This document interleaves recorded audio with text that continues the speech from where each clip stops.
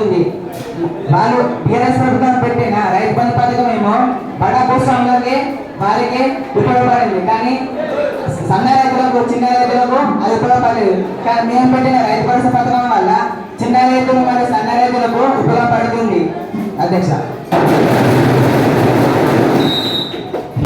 TRS ప్రభుత్వం బడా భూస్వాములకు ఇచ్చిందట. మేము భూస్వాములకు ఇచ్చినాం అధ్యక్ష, ప్రతి ఒక్కరికి ఇచ్చినాం అధ్యక్ష. ఇప్పుడు నేను అడుగుతున్నా, రుణమాఫీ అన్నారు. ఇప్పుడు ఉన్న రేవంత్ రెడ్డి ఏమో మహబూబ్ నగర్ జిల్లా కలెక్టర్ నియోజకవర్గం, అది సిసిల నియోజకవర్గం. ఆయన నియోజకవర్గంలో ఒక్కరికైనా 100% రుణమాఫీ జరిగిందా? జరిగిందంటే మాకు ఇప్పుడు మేమున్న టీఆర్ఎస్ పార్టీ ఈ క్షణం వెళ్ళిపోతాం, రాజకీయాల్లో ఎక్కుపెట్టాం. ఇది గట్టిగా ప్రశ్నిస్తున్నా.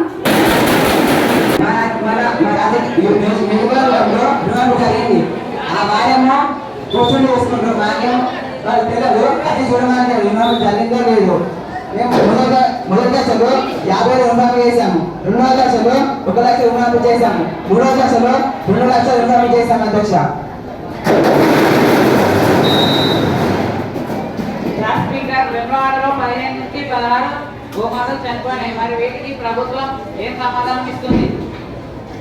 అధ్యక్ష, అలాగే వెంబడను కూడా అభివృద్ధి చేస్తామన్నారు. మరి ఇప్పటి వరకు ఏం చర్యలు తీసుకుందో సభాపూర్వకంగా నేను ప్రార్థిస్తున్నా.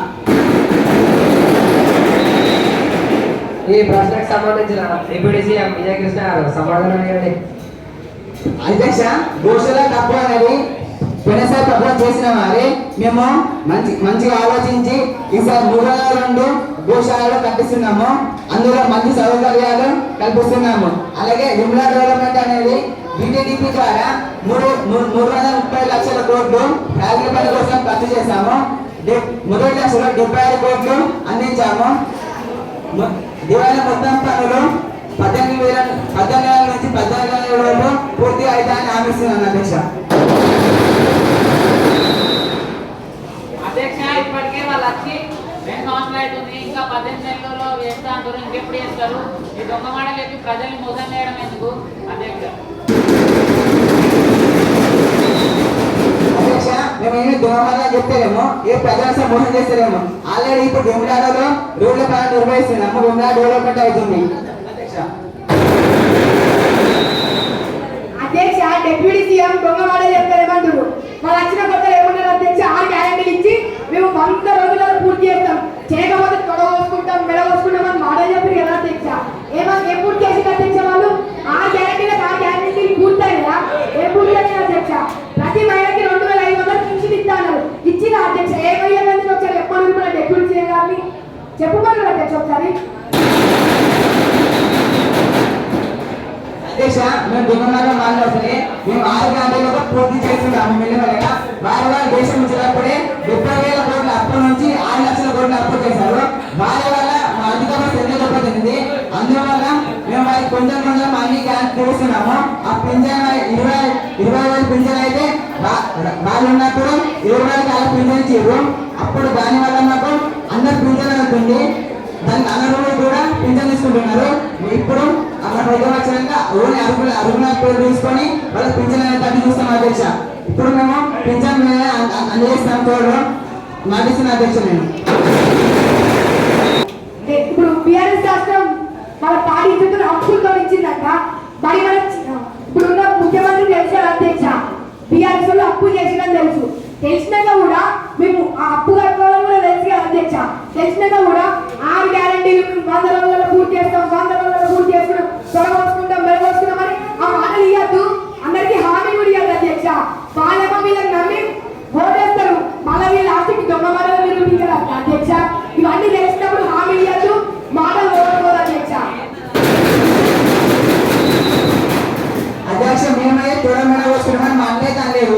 మేమైతే మేము అన్న అరన్ గ్యారెంటీలు తోడ పూర్తి చేస్తామని ఆలోచిస్తున్నాను.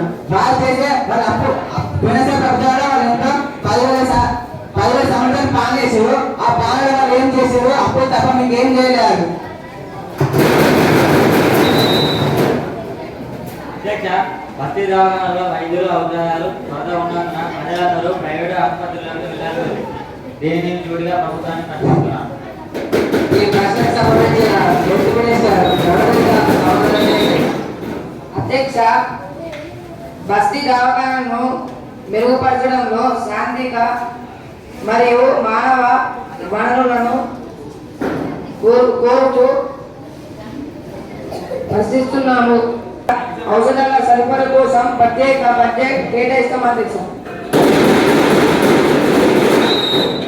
మాట్లాడుతున్నా ఇంకా హామీ ఇస్తాము. ఎన్ని సంవత్సరాలు ఇస్తే ఇవ్వడానికి 2 సంవత్సరాలు దాటింది.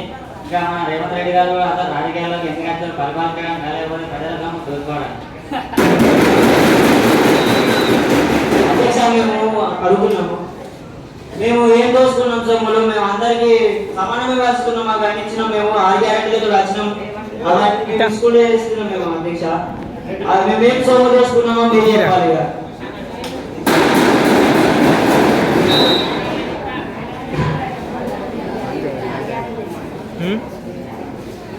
దీన్ని మంచిగా వస్తలేదు. అధ్యక్ష ఫ్రీ బస్ అని పెట్టిరు అధ్యక్ష. మరి సరే పెట్టిరు ఫ్రీ బస్ పేదలకు ఉపయోగపడుతుంది అంటారు. సరే అధ్యక్ష ఫ్రీ బస్ పెట్టిరు. మరి ఇప్పుడు ఎవరి కోసం పెట్టిరు? మరి పేదల కోసం పెట్టిన సాగు. సరే అధ్యక్ష పేదలే ఎక్కుతారు. ఇప్పుడు ఎక్కడ చూసినా చుట్టూ పట్టుకొని ఇంకుకుంటా కొట్టుకుంటా అసలు పురుషులకు బస్సులలో ప్రయాణితమైన సీటే దొరుకుతలేదు. సరే అధ్యక్ష సీట్లు సరిపోతారు.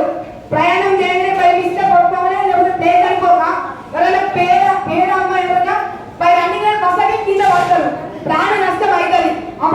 అప్పుడు ఎవరైతే బాధ్యతలు ప్రభుత్వం పెట్టుకుంటుందా? పోయే ప్రాణం అయితే తిరిగి తీసుకెళ్ళడం కదా అధ్యక్ష. ఫ్రీ బస్ అంటే బస్సులు అంటే పెంచలేదు అధ్యక్ష.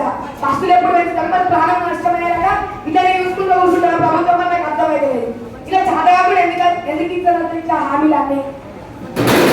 అధ్యక్ష సామాసాలు వాడుకొని అధ్యక్ష వాళ్ళకు కొత్త ఇప్పుడు అట్లాంటి గొడవలు లేవు. కొంచెం దక్కాడు ఇంకా కొన్ని బస్సులు ఓపెన్ చేసినప్పుడు ఇంకా రోజులని నడిపే అధ్యక్ష కూడా మాట్లాడుకోవాలి. అధ్యక్ష ట్రాన్స్పోర్ట్ మినిస్టర్ ఇట్లా కూర్చున్నట్టు